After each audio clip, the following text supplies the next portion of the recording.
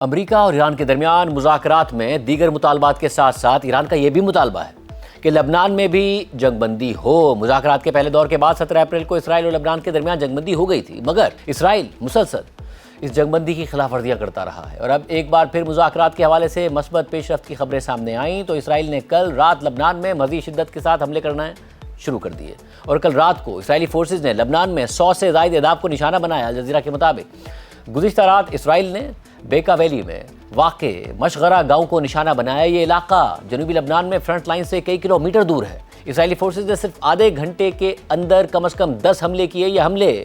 ایسے علاقے میں ہوئے جہاں رہائشی عمارتیں موجود تھیں، اور اب تک کی اطلاعات کے مطابق ان حملوں میں 12 سے زائد لبنانی شہری مارے گئے ہیں اور کئی افراد اب بھی لاپتہ ہیں۔ الجزیرہ کے مطابق حالیہ حملوں کو اسرائیل کی طرف سے حزب اللہ کے خلاف دباؤ ڈالنے کی کیمپین سمجھا جا رہا ہے تاکہ وہ ڈرونز کا استعمال بند کر دے جو جنوبی لبنان میں اسرائیلی فوجیوں اور شمالی اسرائیل میں اسرائیلی ٹھکانوں کو نشانہ بنا رہے ہیں۔ کل رات لبنان میں کی جانے والی کارروائی کے حوالے سے اسرائیلی ڈیفنس فورسز نے ایکس پر پوسٹ میں لکھا کہ جنوبی لبنان میں IDF یعنی اسرائیلی ڈیفنس فورسز نے رات میں حزب اللہ کے 100 سے زائد مقامات کو نشانہ بنایا ہے۔ جنوبی لبنان میں 90 سے زائد اسلحے کے ذخائر، ہیڈ کوارٹرز، نگرانی کی چوکیوں اور ان مقامات کو نشانہ بنایا گیا جنہیں حزب اللہ اسرائیلی فورسز اور شہریوں پر حملے کے لیے استعمال کرتی ہے۔ خبر رساں ادارے رائٹرز کے مطابق اتوار کو جب امریکہ اور ایران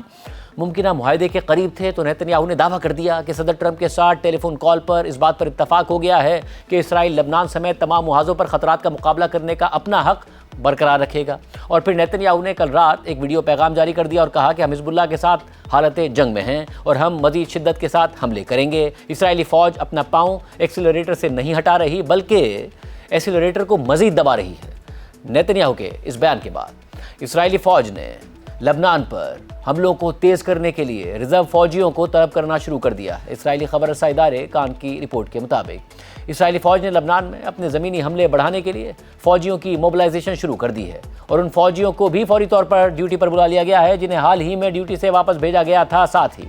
حزب اللہ بھی جنوبی لبنان میں اسرائیلی فوجیوں اور اسرائیل کے شمالی علاقوں پر حملے کر رہی ہے۔ حزب اللہ نے اعلان کیا ہے کہ وہ اس وقت تک لڑائی جاری رکھے گی جب تک کہ اسرائیل اپنی روزانہ کی فضائی کارروائیاں بند نہیں کر دیتا اور اپنی فوجیں لبنان سے واپس نہیں بلا لیتا۔ اس کے علاوہ اسرائیلی فوج نے لبنان میں نبطیہ کے شہریوں کو گھروں سے نکل جانے کا کہا ہے۔ لبنان کی وزارت صحت کے مطابق 2 مارچ کو جنگ کے آغاز سے اب تک اسرائیلی حملوں میں 3100 سے زائد افراد شہید اور 9600 سے زائد زخمی ہو چکے ہیں، جبکہ 10 لاکھ سے زیادہ افراد بے گھر ہیں۔